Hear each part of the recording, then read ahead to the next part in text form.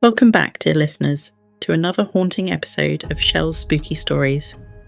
I'm your host, Shell, and tonight we're travelling to the misty shores of Maine, where a family's dream vacation home became their worst nightmare. This story comes to us from Sarah Mitchell, who contacted me after hearing our episode about the lighthouse at Widow's Point.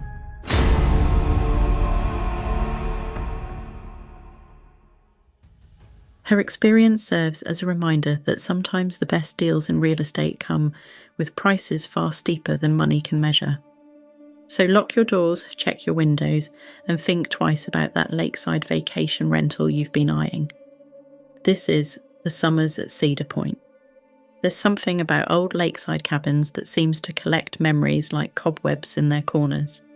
The way the wood creaks with stories, the way the windows fog up with secrets.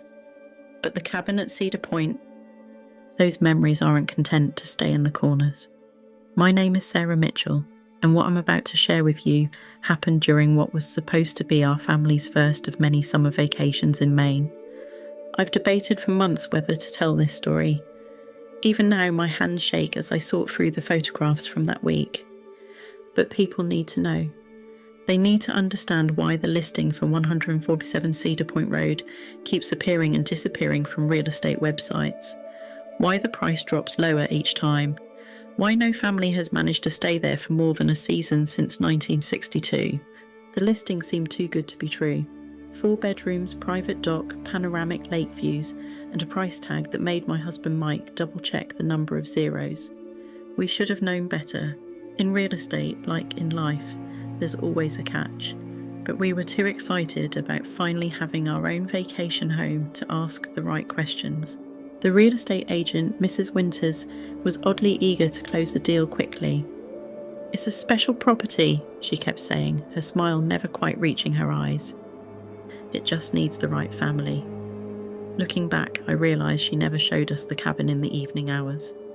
Never mentioned why the previous owners had left so abruptly, leaving behind furniture and family photos that we found still hanging on the walls.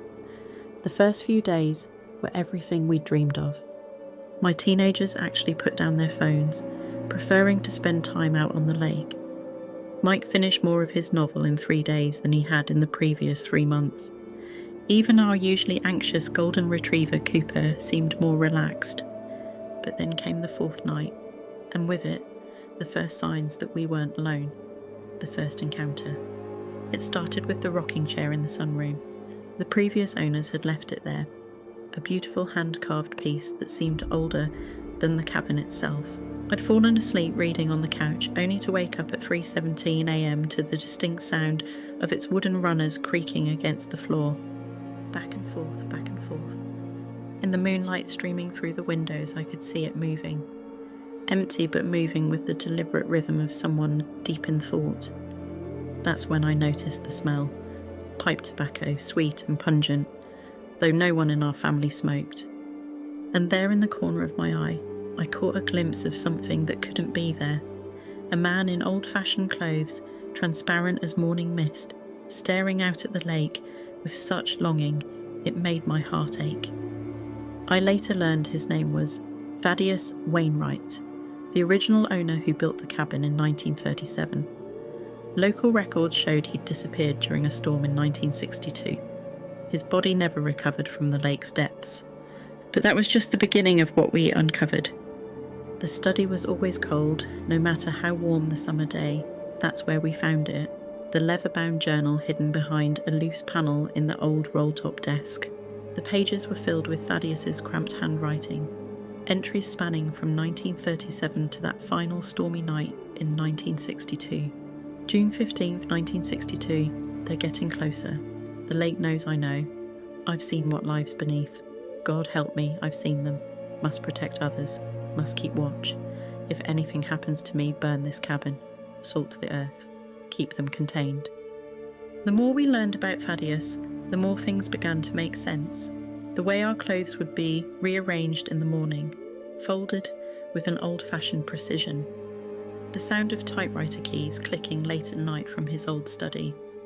The way Cooper would sometimes bark playfully at empty corners, wagging his tail at nothing we could see.